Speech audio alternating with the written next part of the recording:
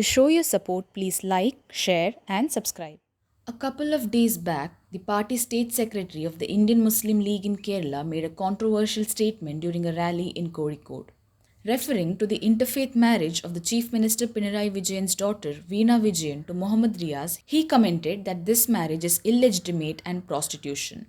That is, a Muslim marrying a non-Muslim is equivalent to prostitution. നമ്മുടെ പിന്നെ മുൻ ഡിവൈഎഫ്ഐയുടെ അഖിലേന്ത്യാ പ്രസിഡന്റ് നമ്മുടെ പിയാപ്പിളയാണ്, എൻ്റെ നാട്ടിലെ പിയാപ്പിളയാണ് അല്ലേ? പിയാപ്പിളയാണ്. ആരോടോ ഭാര്യ? ഇത് വിവാഹമാണ്, വ്യഭിചാരമാണ്, സിനയാണ്. അത് പറയാൻ തന്നെയാണ് വേണം, ചങ്കൂറ്റം വേണം. CH മുഹമ്മദ് വൈയുടെ നട്ടല് നാം പ്രകടിപ്പിക്കണം. Many of us might ignore this as an isolated case of a random religious comment made during party rallies. However, we must understand that it is the religious book of these Muslims that motivate such comments. Let's examine such quotes from the Quran.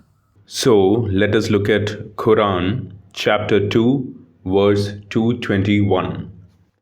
And do not marry idolatrous women until they become Muslims. So here idolatrous means those who use idols as a means for worship. So in this line, Allah, who is God according to Islam, says an idolatrous woman has to convert to Islam before a Muslim man can marry her. Now, second line, indeed, a Muslim slave girl is better than a free idolatress, however pleasing she may seem to you. In this line, Allah, the God concept in Islam, says a Muslim slave girl is better in status apparently than an idolatrous girl. Next line is about Muslim women. Nor give the Muslim women in marriage to idolaters till they embrace Islam. So what it says is Muslim women shouldn't be married to non-Muslim men.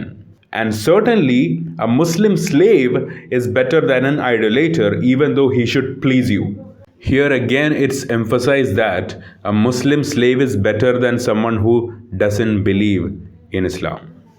These idolaters and disbelievers in this context means people who don't believe in Islam, call you to hell apparently, while Allah invites by his decree to paradise and forgiveness and explains his verses clearly to people so that they may take directions and guidance. Now let us look at another verse in Quran which conveys a similar meaning. Quran chapter 24 verse number 3. An adulterer does not like to marry a chaste and virtuous woman, but only an adulteress or a polytheist. And no pious man likes to marry an adulteress too, but only an adulterer or a polytheist. And this act, that is adultery, has been forbidden to the Muslims. So according to this verse, a polytheist man is clearly equated to an adulterer, and a polytheist woman is clearly equated to an adulteress. Says a lot about Islam, doesn't it? It is crystal clear that the Quran itself, which is considered to be the words of God, makes such derogatory remarks. And Muslims, motivated by these verses given by a created God, are using it as a means to increase the population of their religion and gain political advantage. This verse is also the motivation for the numerous cases of love jihad. This is why we see that in the case of Hindu-Muslim marriages, the Hindu or non-Muslim partner has to convert into Islam to validate the marriage. Do you really think Islam is a word of God, or is it a political strategy marketed as God's words? Muslims, have you considered the possibility that Quran is falsely claimed to be the word of God?